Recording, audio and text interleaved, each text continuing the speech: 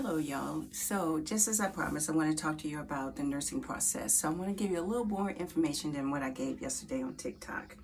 So, the main mnemonic you're going to try to memorize is ADPI.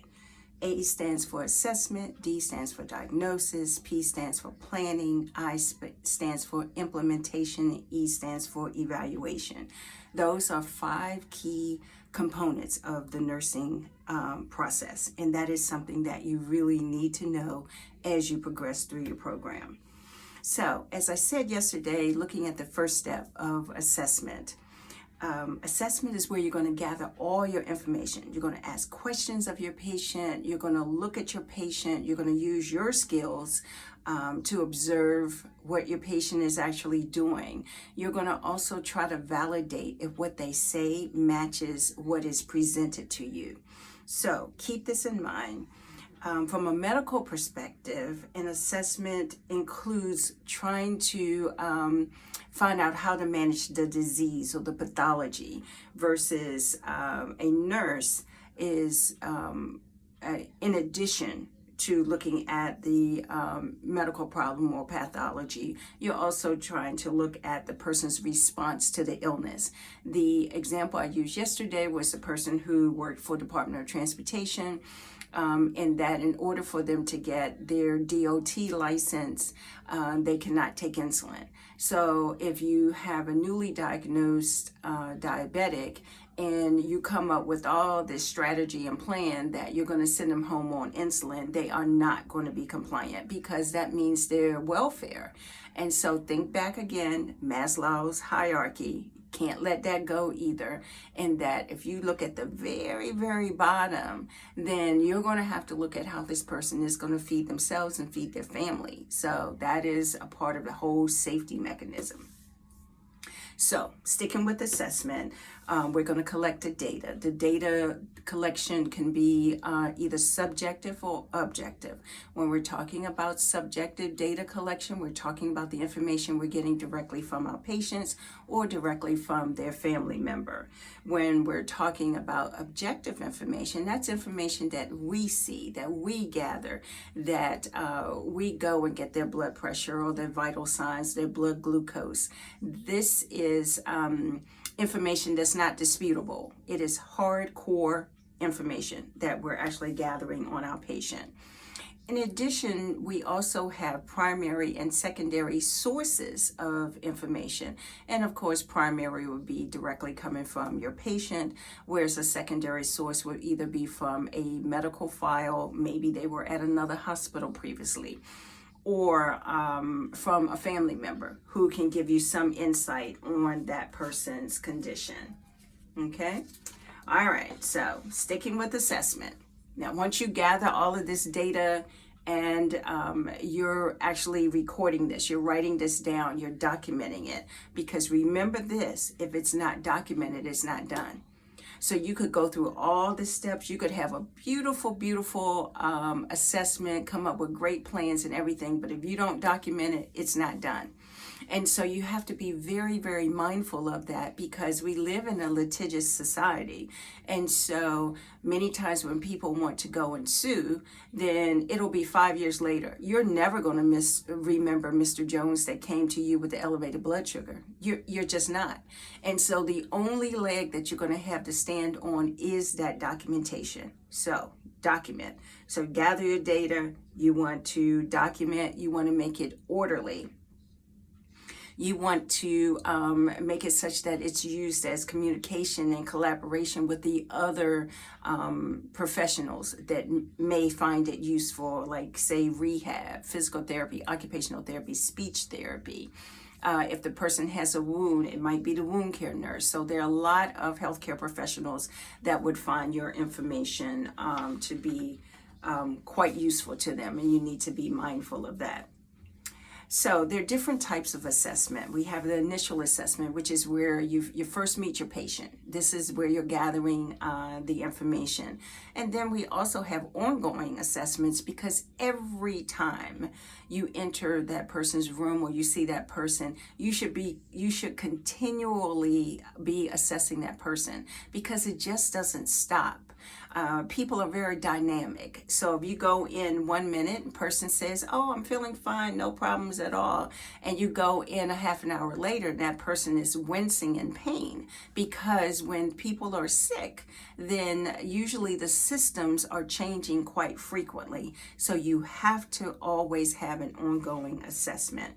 You want it also to be comprehensive, like from head to toe. You want it to be holistic, where you're assessing physical problems, emotional problems, spiritual problems, if a person is willing to share that with you, and any psychosocial problems that they have. You want the assessment to be as comprehensive as possible. We also have a type of assessment called the focus assessment. When a person requires a focus assessment, that means that we're primarily focusing on one part of the body. Okay, we can't ever negate the other things that could possibly be happening. But let me give you an example of that. Person comes into the emergency room, they say they have right-sided pain, right? We know that the appendix is located on the right lower part of the abdomen.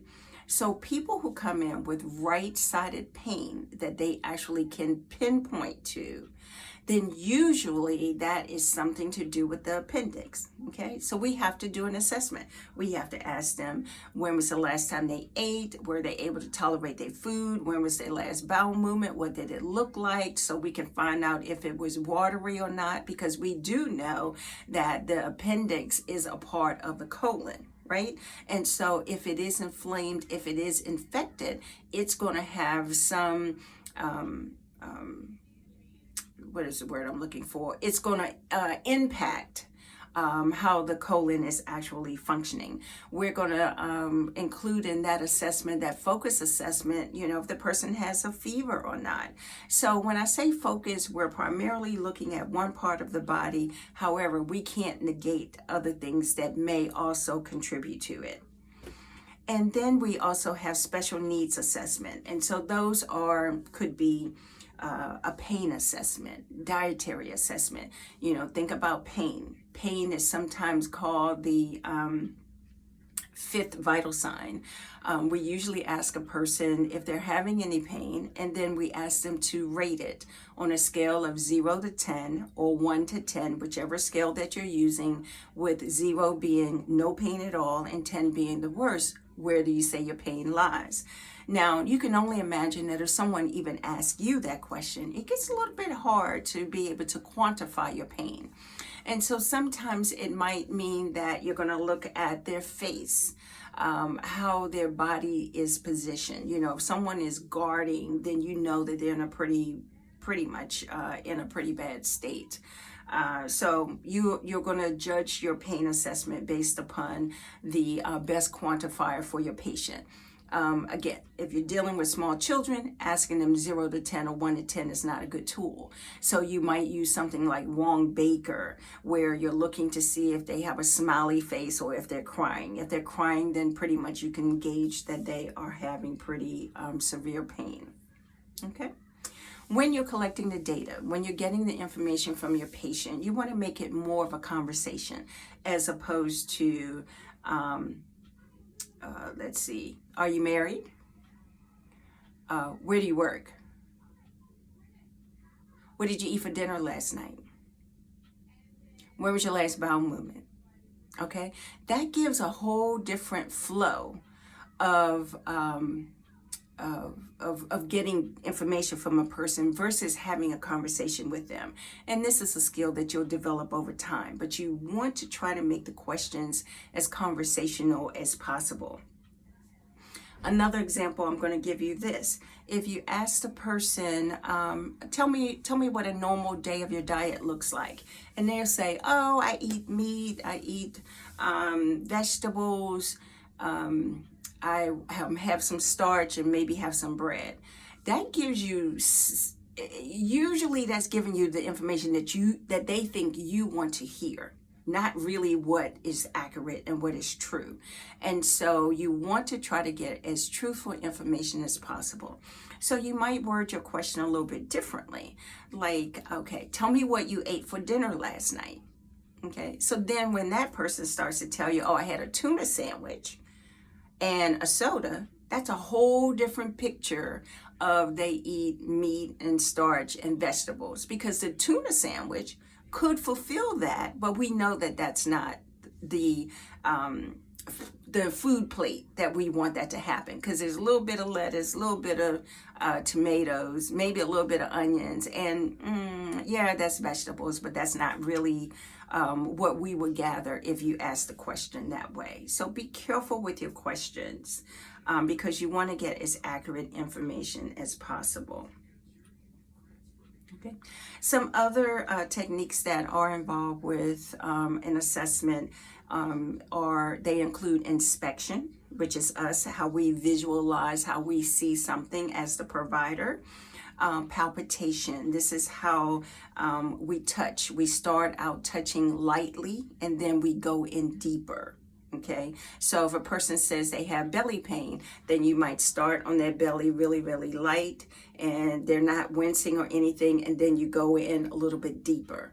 Okay, and then that should give you some information about whether or not they're having pain in that particular location or not. Percussion is something that takes quite a bit of skill, and it is actually where you use your fingertips on your hand. It's like that, to promote a sound. And so the sounds, the dullness of the sounds will tell you actually what is going on in the body. So typically percussion is used over the belly. You're able to hear the sound change when you get over top of an organ. And again, that's something that will develop over time. And then finally is auscultation, where we're using our stethoscope and we're actually listening to a part of the body. So all of those are techniques that we use in addition to asking those questions for our assessment. Okay. So do you think an assessment could be delegated? The answer is no.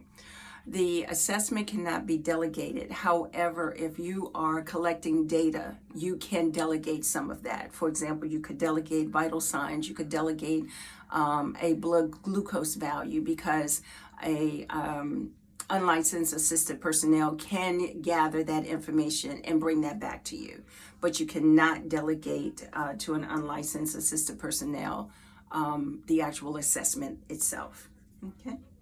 So then we go to our next step, which is diagnosis, or the nursing diagnosis. And we briefly talked about NANDA, because NANDA sets up the taxonomy system in order for us to use to come up with nursing diagnoses that are relatively similar. So you're not just kind of all over the place. And usually most schools will have a separate book for that. So I encourage you to take a look at that and let me know if you have any questions. We can delve into it a little bit deeper.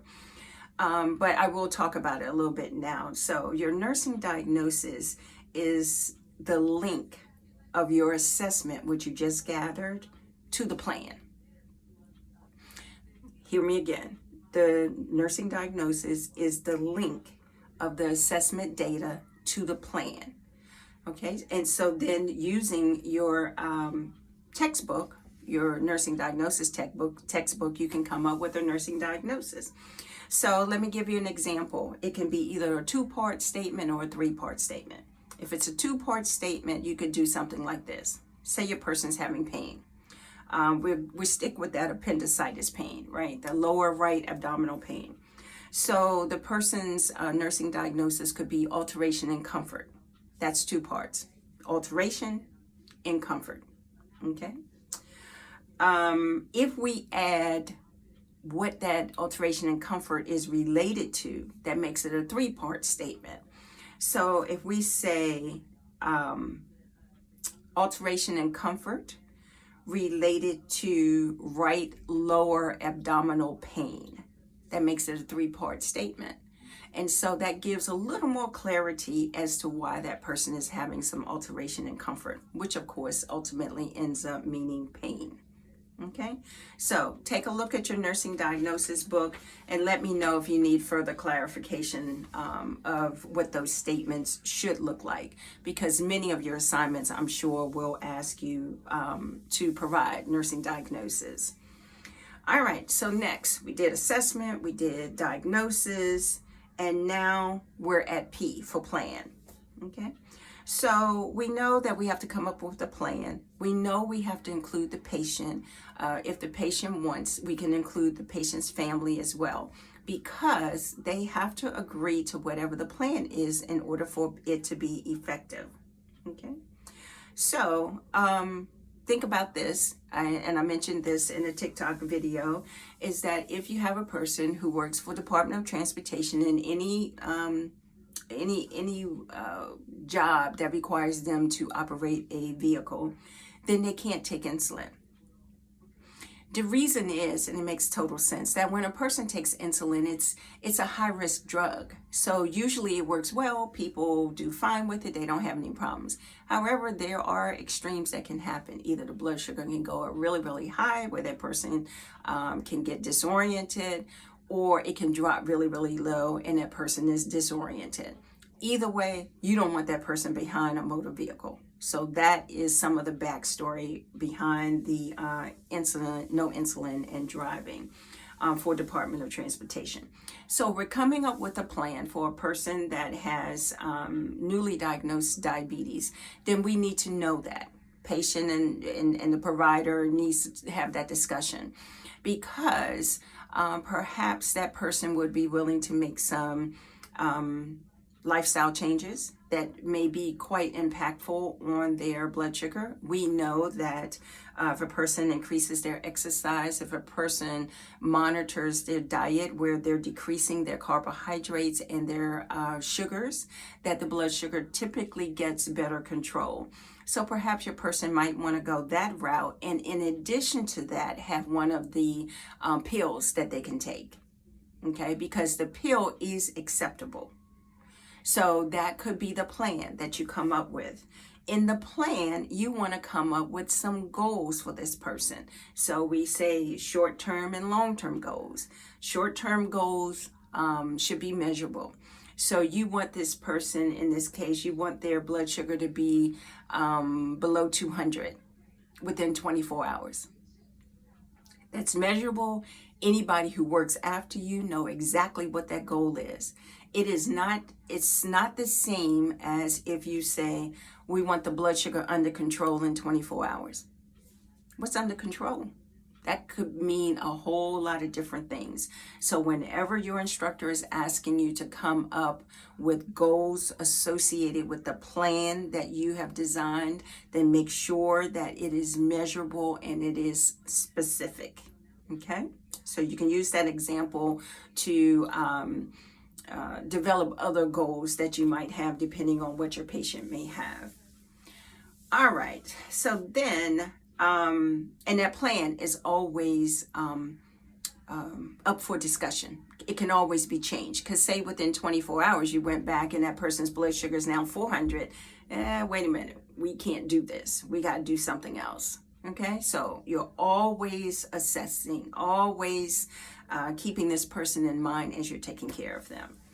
All right, I, intervention. These are your actions. This is your treatment. Be very careful about delegating anything associated with your interventions. For example, you can delegate for the person to go get vital signs, but you should not be delegating giving medication, because that's not within the scope practice of the unlicensed assisted personnel. You would not delegate an unlicensed assisted personnel to watch a person give themselves the insulin shot. It's not within their scope of practice. You want to see that. You want to document it. You want to be able to say whether or not this person is safe or not for someone else to tell you that. Okay. All right. And so then finally, after we have these actions, you want to find out if they worked or not. So let's go back to our short-term goal. 24 hours, we want the blood sugar under 200. If your patient's blood sugar is 185, hey, we met that goal. Long-term goal for that person may be that that person has blood sugars under 200. Better thing would be a person will have a hemoglobin A1C under 7 within 30 days. So that tells you when that person should have that follow-up appointment. It tells you what that number should be. And so it gives the person a specific goal that they can actually reach. There is no gray area there. Okay, so when that person goes back to see their doctor, then if their hemoglobin A1C is 6.5, yay, you are doing all the right things. We can continue this plan. If they came back to the doctor and their hemoglobin A1C was now 8, it's like, we have to stop this. And many, many times when people see numbers, then numbers are so much more impactful than just saying your blood sugar needs to be under control, your blood pressure needs to be under control. Because what does that mean? You all will see very soon as you do your clinical rotations is that when you take someone's blood pressure, they will say to you, oh, that's good for me. Their blood pressure will be 180/90. Now, you've learned a normal blood pressure is under 120/80, right? But when you go to take them, they'll be 180/90, and they'll say, oh, no, that's good for me. As though they have their own blood pressure measurement system. They don't. They don't. But if you gave them a goal of saying, when you come back in 30 days, I want your blood sugar to be under 140/90, then very easily you're able to retake the blood pressure on that next outpatient visit, and you can show the patient, hey, look, your blood pressure is 138/86. Hey, great. Now we need to keep trying because this is still too high, but it is better. Okay, but if they come back and their blood pressure is 170/92, then it's like, no, wait a minute. Your goal was to get your blood pressure at this number, 140/90 or less than 140/90. And so again, you will find more compliance, people able to understand a lot better if you are able to give them these specific goals. And to be honest with you, your care plan will be graded a lot better because instructors look for the goals to be specific and have a time limit on it because we know how valuable that is to a patient that you're taking care of. So that is it for now. That is the nursing process. Let me know if there is something else you want to talk about. I will continue to go down the list of topics as I teach my students. But say, for example, you have midterms. Midterms are coming up in October. Comment down below. Let me know that your midterms are on, theory, research, sensory system, medication management. Give me a list of the topics that you're going to have for midterm and we can go over them. I try to keep these videos less than 30 minutes because you already have somebody who lectured to you. I don't want this video to be another lecture. I want you to be able to look at this. This is a summary. It's highlighting the important points. I want you to be able to use these videos that if you're going for a walk, like you should, to decompress, put your headphones on and just listen to my voice, and you'll be able to remember some of the things that were discussed in the videos, and hopefully they will help you be successful in your exams. So that's it for now, and I will see you in a couple of days. Have a great day. Don't forget to thumbs up, subscribe, so that you're notified every time that I post a video, and you don't have to rely on TikTok. And keep the comments coming so that we can have this dialogue. All right, have a good day.